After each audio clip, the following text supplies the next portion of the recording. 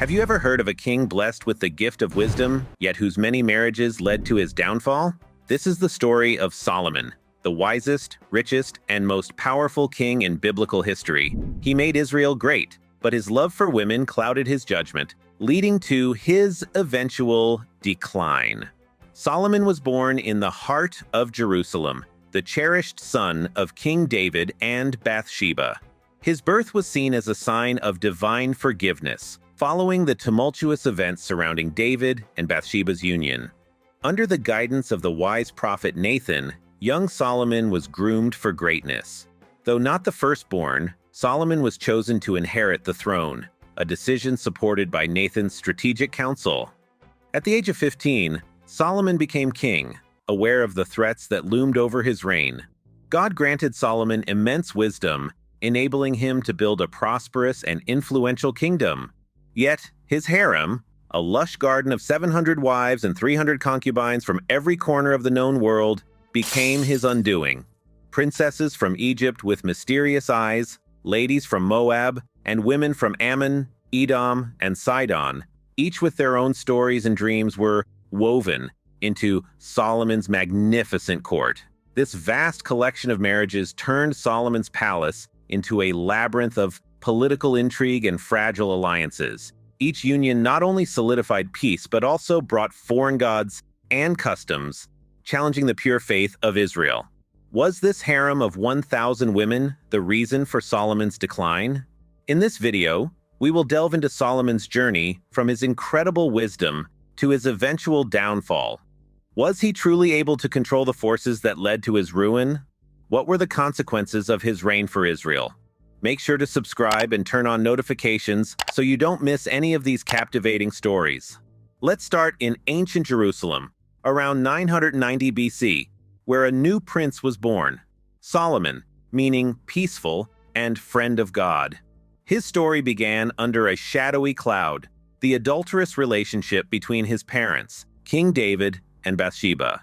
David had arranged for Bathsheba's husband, Uriah the Hittite, to be killed in battle to cover up their affair. Although God's eyes were not blind to this, he forgave David, and from this reconciliation, Solomon was born, a symbol of peace between heaven and earth. Growing up, Solomon was mentored by the prophet Nathan, who saw extraordinary potential in him. Nathan, aware of Solomon's precarious position as the younger son and the dark secret of his parents' adultery, subtly influenced King David to name Solomon as his successor. As David neared death, he affirmed Solomon as the rightful heir. At just 15 years old, Solomon knew his reign was fraught with danger. He undertook a ruthless purge to eliminate potential threats, starting with Joab, David's chief general, and then Adonijah, who had claimed the throne. This ruthless consolidation of power marked Solomon's rise. Solomon's strategic vision extended beyond internal politics. He formed an alliance with Egypt by marrying Pharaoh's daughter, strengthening his kingdom through international relations. This union, adorned in silks and jewels, was a success. But Solomon's belief that marrying powerful women would expand his influence became his fatal flaw. As Solomon's kingdom prospered, he was blessed with unparalleled wisdom in a divine dream. When God asked what he wanted, Solomon humbly requested the ability to govern with discernment. Pleased by his selflessness, God granted him unparalleled wisdom, making him renowned across nations. Solomon's wisdom was famously tested when two women claimed to be the mother of the same baby. Solomon proposed to divide the child in two, revealing the true mother's love and thus saving the child. His judgment was celebrated throughout Israel, showcasing his divine gift. Despite his wisdom and the grandeur of his reign, Solomon's later years were marred by the very alliances that once fortified his kingdom. His many marriages introduced foreign gods and practices, leading Israel away from its faith. This religious compromise and his increasing indulgence led to political instability. To achieve his ambitious building projects, Solomon imposed forced labor on his subjects. The Temple of Jerusalem. Solomon is famed for building the first temple, a lavish structure that took 7 years to complete. It was adorned with gold, precious stones, and fine woods, symbolizing his devotion and resources. The temple left a lasting legacy on Jewish culture and religious practice. It became a model for future places of worship and played a crucial role in the religious identity of the Jewish people. Solomon maintained a large number of chariots and horses, indicative of his military strength and wealth. He had 1,400 chariots and 12,000 horses, which he stationed in cities specifically for them. Solomon received 666 talents of gold annually, which is approximately 25 tons. In today's market, this would be valued at around $1.5 billion per year, assuming gold prices of roughly $60,000 per kilogram. While Solomon's court enjoyed luxury, many of his subjects lived in poverty. The stark economic divide between the king's wealth and the common people's hardships led to social unrest and criticism of his rule.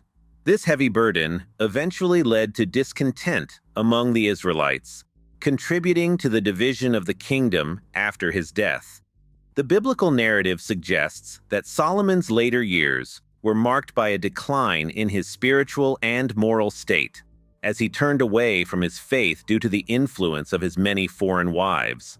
This spiritual decline could metaphorically reflect a decline in his overall well-being. It is commonly assumed that Solomon died of natural causes due to old age. Given his long reign and the lack of mention of any violent death, it is likely that he passed away peacefully. Solomon's death brought profound consequences for Israel. The kingdom, once united and powerful, faced division and strife. Solomon's legacy is a cautionary tale of how wisdom and wealth can be overshadowed by personal weaknesses. His reign teaches us about the complexities of leadership, the impact of personal desires on public duty, and the fragile balance between power and faith. When King Solomon died, his son Rehoboam became king. But instead of bringing people together, Rehoboam's decisions led to trouble. The northern tribes weren't happy with how he ruled, so they broke away and formed their own kingdom, called Israel. Rehoboam kept control of the southern part, which became known as Judah. This split created two separate kingdoms where there had once been one. King Solomon's legacy is a complex tapestry woven from his achievements and shortcomings. His wisdom and wealth established him as one of the most influential figures in biblical history. Yet, his personal decisions, including his foreign marriages and the consequent religious shifts, played a crucial role in the eventual division of his kingdom. Solomon's reign serves as a cautionary tale about the interplay between personal desires and public duty.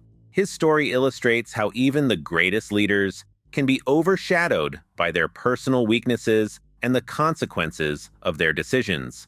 The division of the kingdom after his death underscores the fragility of power and the impact of leadership choices on the stability of a nation. The division of the kingdom after Solomon's death and the subsequent struggles of his successors reflect the profound impact of Solomon's choices on Israel's history. His story invites reflection on the balance between power and responsibility, and the enduring lessons of leadership and legacy. Thank you for joining us on this comprehensive exploration of King Solomon's life and legacy. Don't forget to subscribe and hit the notification bell to stay updated on more fascinating historical stories.